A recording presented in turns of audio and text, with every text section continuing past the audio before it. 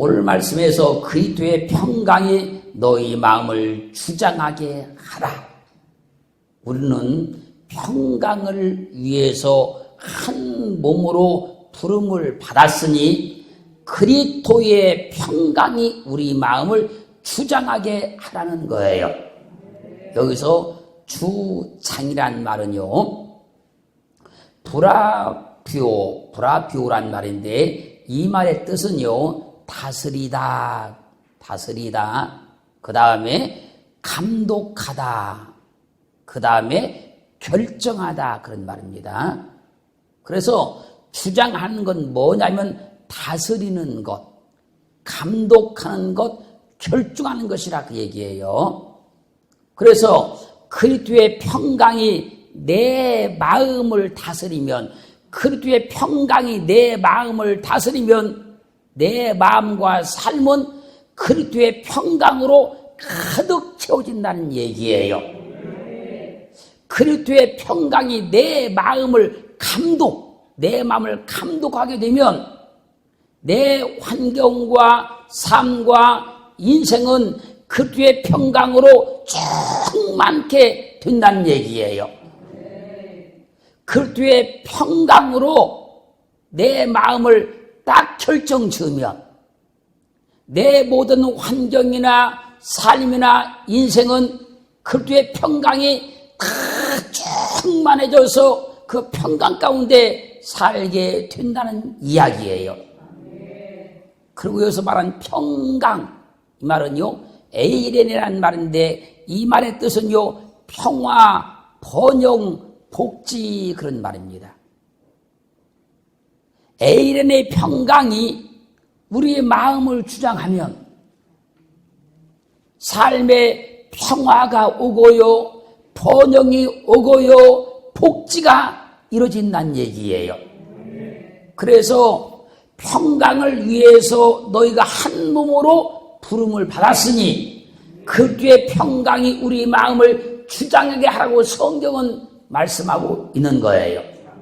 사랑하는 성도 여러분, 우리 마음을 그리스도의 평강이 주장하기를 주의 이름으로 축원합니다. 평강이 내 마음을 주장하면 평강이 넘치게 돼요.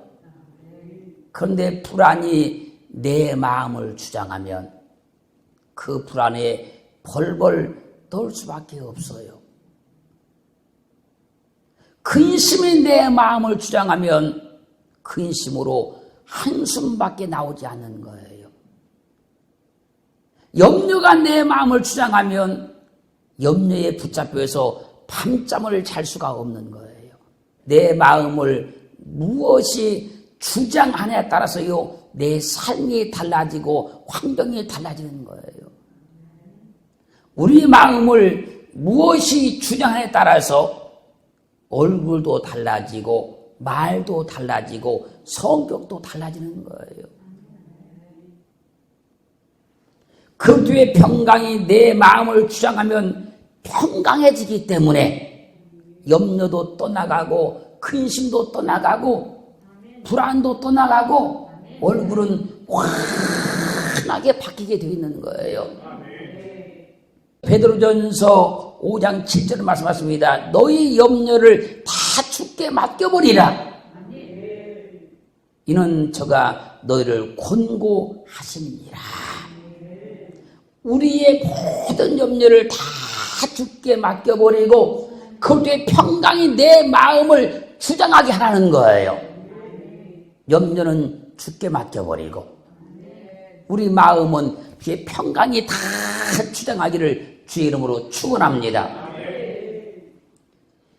환경의 모든 염려는 주께 맡겨버려야 돼요. 그리고 오직 우리 환경을 그리스도의 평강으로만 주장을 받아야 돼요.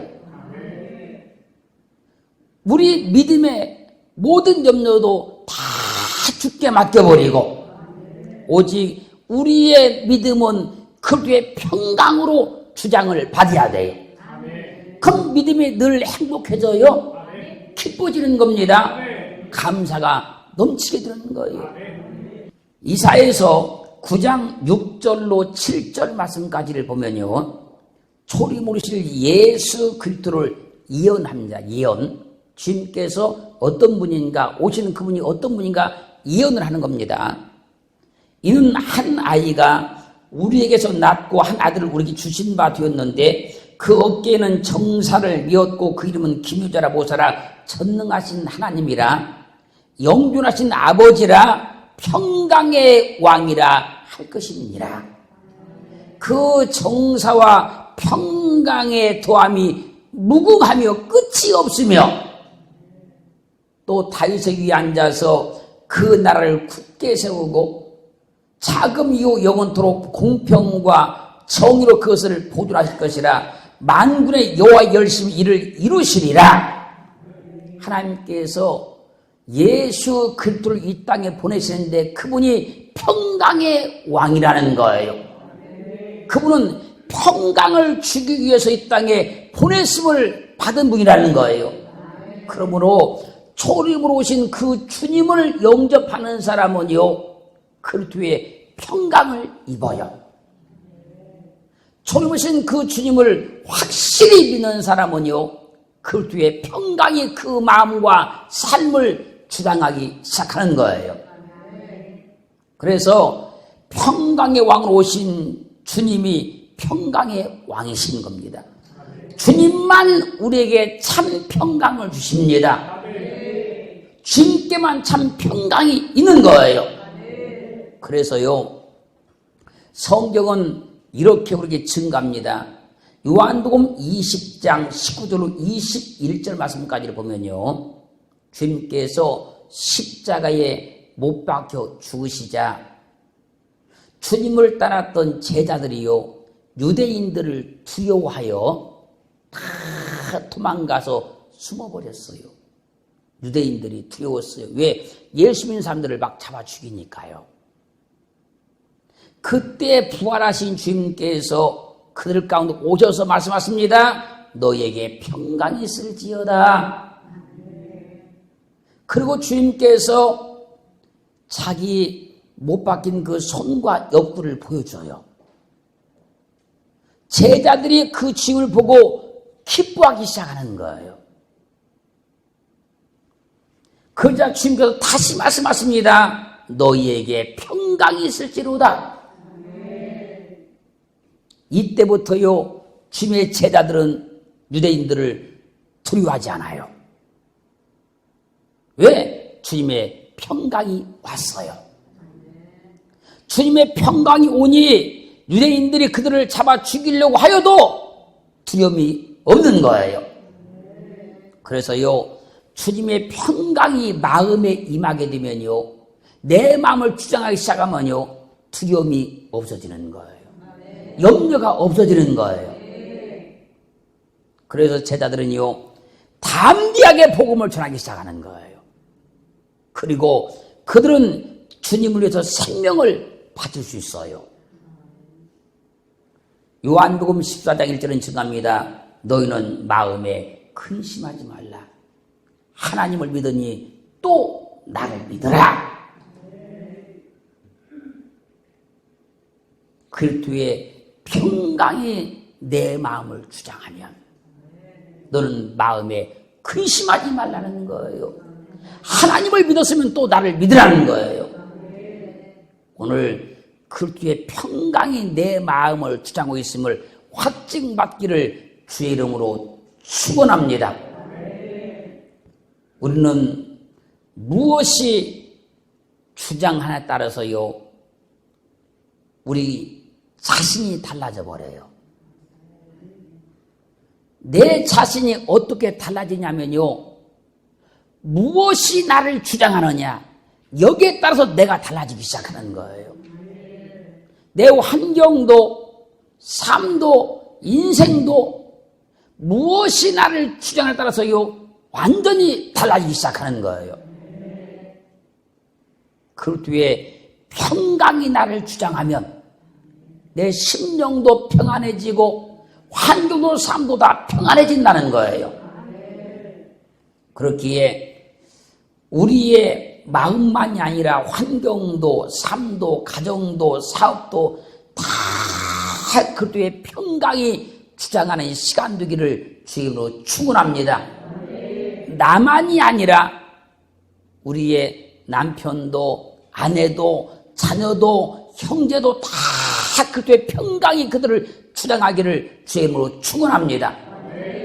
무엇이 나를 주장에 따라서요, 주장하는 그대로 이루어지는 거예요.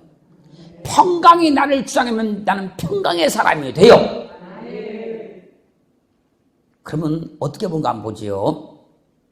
시편 119편 133절 말씀 보면요, 나의 행보를 주의 말씀에 굳게 세우시고, 나의 행보를 주의 말씀에 굳게 세우시고, 아무 죄악이 나를 주장하지 못하게 하소서. 시편 기자는요, 자신이 행하는 일거수일투족의 삶과 그 모든 행위들을 하나님의 말씀에 굳게 세우셔서 아무 죄악이, 어떤 죄도 자기를 주장하지 못하게 해달라는 거예요. 죄가 주장하면 죄에 빠져 살아요. 왜? 주장하는 대로 삶이 된다는 거예요. 그리스도의 평강이 나를 주장하면 내 삶은 평강해지지만, 죄가 내 삶을 주장하면 죄에 빠질 수밖에 없다는 거예요. 그렇게 우리는 그리스도의 평강만 나를 주장해야지, 죄가 나를 주장해서는 안 된다는 얘기예요. 또 시편 19편 13절 말씀에서는요, 고범죄는요, 알면서 짓는 죄를 고범죄라 그래요. 고범죄는 알면서 죄를 짓는 죄를 말하는데, 또 주의 종으로 고범죄를 짓지 말게 하소서. 고범죄가 나를 주장하지 못하게 하소서. 그리하시면 내가 정직하여 큰 죄과에서 벗어나겠나이다. 내가 알면서 죄를 짓지 말게 하사, 그 고범죄가 나를 주장하지 못하게 하옵소서. 그리하시면 내가 정직해서 큰 죄에서 벗어나게 될 것입니다. 몰라서 짓는 죄는 어찌할 방법이 없지만, 알면서 짓는 고범죄가 나를 주장하지 못하게 해달라는 거예요. 알면서 죄를 지으면 그 죄가 나를 주장해서, 그 죄가 내게 왕노릇해서 나를 꼼짝 못하게 만들어버린다는 겁니다. 그래서 죄가 나를 주장하지 못하게도 해야 되지만, 알면서 짓는 죄가 나를 절대 주장할 수 없게 만들라는 거예요. 왜요? 주장하는 대로 내 삶이 되기 때문에 그런 겁니다. 그리스도의 평강이 나를 주장하면 평강의 사람이 되고, 죄가 나를 주장하면 죄인이 되고 만다는 거예요.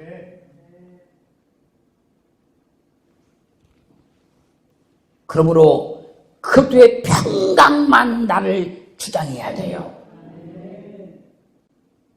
그러면요, 절대로 알면서 짓는 고범죄가 나를 주장할 수 없어요. 로마서 6장 6절로 11절 말씀까지를 가면요, 우리가 알거니와 우리 옛사람이 예수와 함께 십자가에 못 박힌 것은, 우리는 안다는 겁니다. 우리가 예수 그리스도와 함께 십자가에 못 박힌 걸 안다는 거예요. 죄의 몸이 멸하여 다시는 우리가 죄에게 종노릇하지 아니하려 함이니, 이미 죽은 자가 죄에서 벗어나 의롭다심을 얻었음이니라. 만일 우리가 그리스도와 함께 죽었으면 또한 그와 함께 살 줄을 믿노니 이는 그리스도께서 죽은 자 가운데서 사셨음에 다시 죽지 아니하시고 사망이 다시 그를 주장하지 못할 줄을 알미로다. 그의 죽으심은 죄에 대하여 단번에 죽으심이요 그의 살으심은 하나님께 대하여 살으심이니 이와 같이 너희도 너희 자신을 죄에 대하여 죽은 자요 그리스도 예수 안에서 하나님을 대하는 산자로 여길지어다. 사랑하는 성도 여러분, 우리가 안다는 거예요. 우리가 알거니와 우리 옛사람이 예수와 함께 십자가에 못 박힌 것은 죄의 몸을 멸해서 다시는 우리가 죄에게 종 노릇하지 못하게 하려고 그렇게 했다는 거예요. 그러므로 주님은 죄에 대해서 단번에 죽으셨고 우리도 예수 그리스도와 함께 죄에 대해서 단번에 죽었다는 거예요. 그리고 그리스도께서 죽은 자 가운데서 다시 사셨음에 사망이 그 짐을 다시는 주장해 못한다는 걸 내가 안다는 거예요. 그래서 우리도 사망이 다시는 나를 주장하지 못한다는 걸 아는 거예요.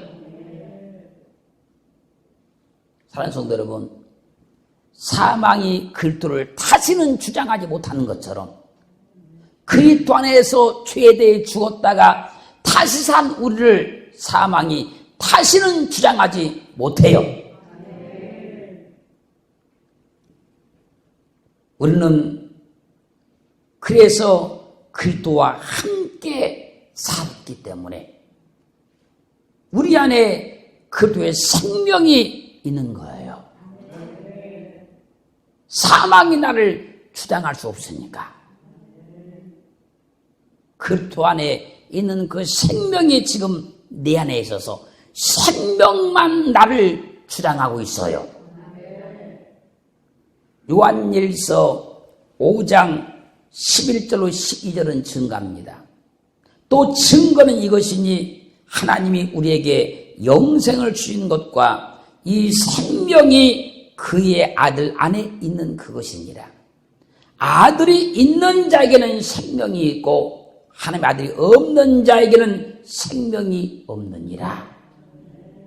그러므로 우리의 생명을 주장하시는 분은 하나님이십니다. 우리에게 있는 생명은 예수 그리스도께서 주신 생명이십니다. 지금 말씀을 잘 들으셔야 돼요. 전도서 8장 8절 말씀 가면요, 생기를 주장하여 생기로 머무르게 할 사람도 없고 죽는 날을 주장할 자도 없고 전쟁 때에 모면할 자도 없으며 악이 행악자를 건져낼 수도 없느니라. 사람은 자기가 자기 생명을 주장하지 못하니까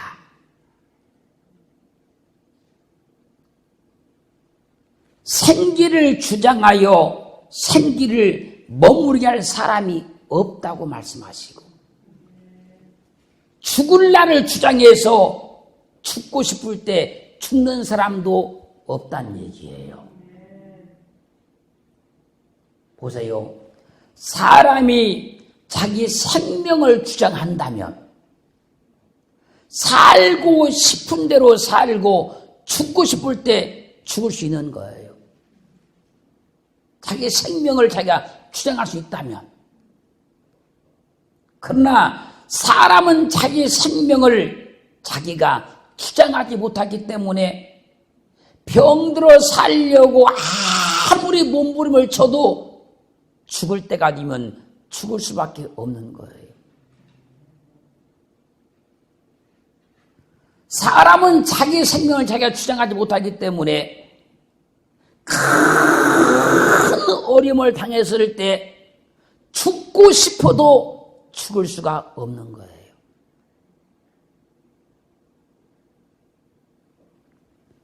사람들이 큰 환난 어려움 만나면 차라리 죽었으면 좋겠다. 안 죽어져요.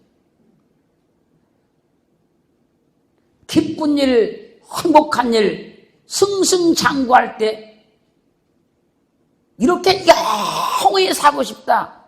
영원히 못 살아요. 성경은 지금 말씀하잖아요. 그걸 주장할 수가 없다고. 그리고 또 말씀하잖아요. 사람은 자기가 자기 삶을 주장하지 못하니까 전쟁할 때에 모면할 자도 없다고 하잖아요. 자기가 자기 생명을 주장하지 못하니까 악이 행악자를 건져낼 수도 없다잖아요. 사람은 그래서 자기가 자기 인생을 주장하고 사는 것이 아닙니다. 사람은 자기가 자기 환경을 주장하고 사는 것이 아니에요. 그냥 내게 그런 삶이 주어진 것이고 그런 환경이 주어진 것이고 그런 가정이 주어진 것이고 그런 사정이 주어진 것뿐인 것이지 내가 주장하는 것이 아니라는 거예요. 내가 주장할 수 있는 것도 아니라는 겁니다. 그래서 잠언 3장 9절 말씀에서 너는 범사의 그를 인정하라. 그리하면 내 길을 지도하시리라. 잠언 10장 9절은 사람이 마음으로 자기 길을 계획할지라도 그 걸음을 인도하는 자는 여호와시니라. 사람은 자기가 자기 인생을 환경을 주장하지 못하니까 너는 범사에 하나님을 인정하라는 거예요. 그래야만 내 길을 인도해 주겠다는 거예요. 사람은 자기가 자기 인생을 절대로 주장할 수가 없으니까 자기에게 주어진 인생이나 환경을 하나님께 다 맡기라는 거예요. 그래서 하나님이 그를 주장하게 만들라는 거예요. 그래서 사람이 자기의 길을 계획할지라도 그 걸음을 인도하는 자는 여호와라고 말씀하고 있어요. 하나님이 우리 인생의 호흡을 주장하십니다. 그럼 왜 우리 인생의 호흡을 왜 그분이 주장하십니까? 창세기 2장 7절 말씀에서 여호와 하나님이 흙으로 사람을 만드시고 생기를 그 코에 풀어 넣으시니 사람이 생명이 된지라. 여기서 생기가 내쉐마, 숨 쉬는 것 그 말이에요. 하나님이 우리 인생에게 생기, 호흡을 풀어 넣어줬기 때문에 하나님이 그 호흡을 주장하고 계신다는 거예요. 그러므로 하나님만 우리 생명을 주장해요. 하나님이 우리 생명을 주장하시는데 우리의 마음을, 우리 환경을, 우리 삶을 왜 하나님께서 주장하지 않겠느냐는 거예요. 사랑하는 성도 여러분, 하나님이 오늘 그리스도 예수를 우리에게 전해주셔서 그 뒤에 평강이 내 마음을 주장하게 하고 계시는 거예요.